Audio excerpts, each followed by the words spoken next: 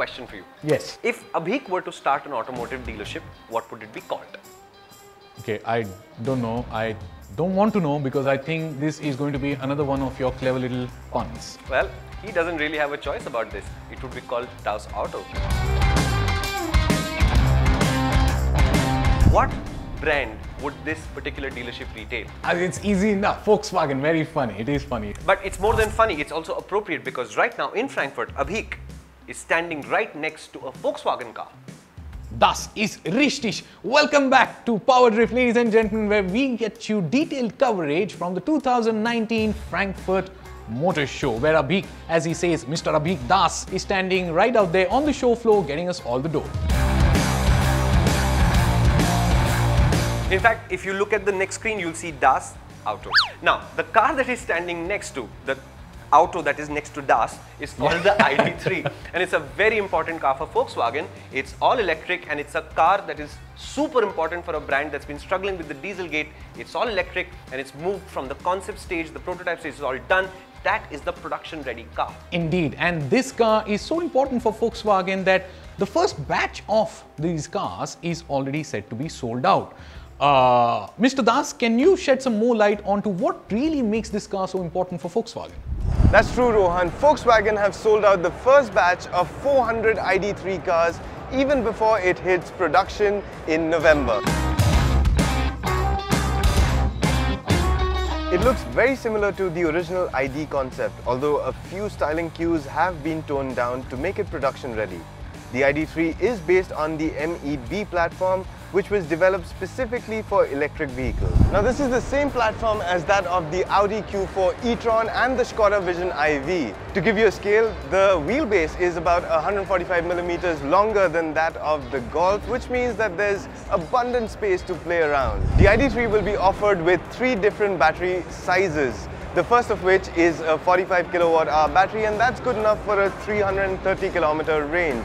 The top variant will come with a 77 kilowatt-hour battery, and that's good for 550 kilometers, enough for you to get from Pune to Goa. Volkswagen has rolled out this first edition variant of the ID.3, which is a launch edition car. 30,000 units of this car will be made, all of which will be powered by a 58 kilowatt-hour battery pack with about 420 kilometers of range. The cabin of the ID.3 is nothing like we've seen before on a Volkswagen. It's fresh and funky, and of course there's an infotainment display, but it's on a floating screen on the dashboard. And even the instrumentation is a floating unit. There's even augmented reality display, a heads-up display for the driver, while the co-passenger or the driver can say hello ID and activate the voice command system. This is an uber cool cabin to be in. Prices haven't been announced as yet, but Volkswagen claims that the entry-level variant will start at a price of 30,000 euros.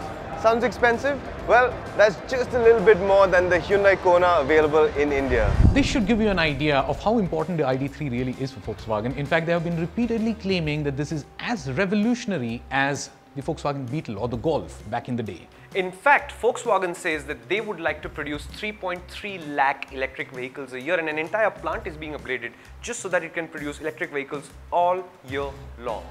Now, Shumi, you had the good fortune of trying your hands onto an electric motorcycle. How was it? Did you like it? Do you think we are ready for electric vehicles and for the era to begin yet? Well, the Revolt was certainly interesting, and it's a proposition that you can't automatically say no to, which is a good start. But I also think it showed me that the philosophy and approach to electric vehicles when it comes to a startup versus an established auto manufacturer are completely at odds with each other, very, very different from each other. In fact, I've also driven the Audi e-tron. So to me, the Revolt and the Audi e-tron effectively bookend that spectrum in India.